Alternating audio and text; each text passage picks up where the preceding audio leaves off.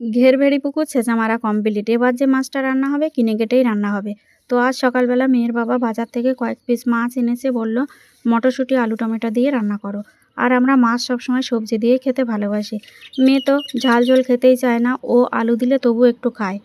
আর এই মাছের পিসগুলো দেখে মনে হচ্ছে অনেক বড় মাছ, তো একটু মশলাপাতি দিয়ে না রান্না করলে ভালোও লাগবে না।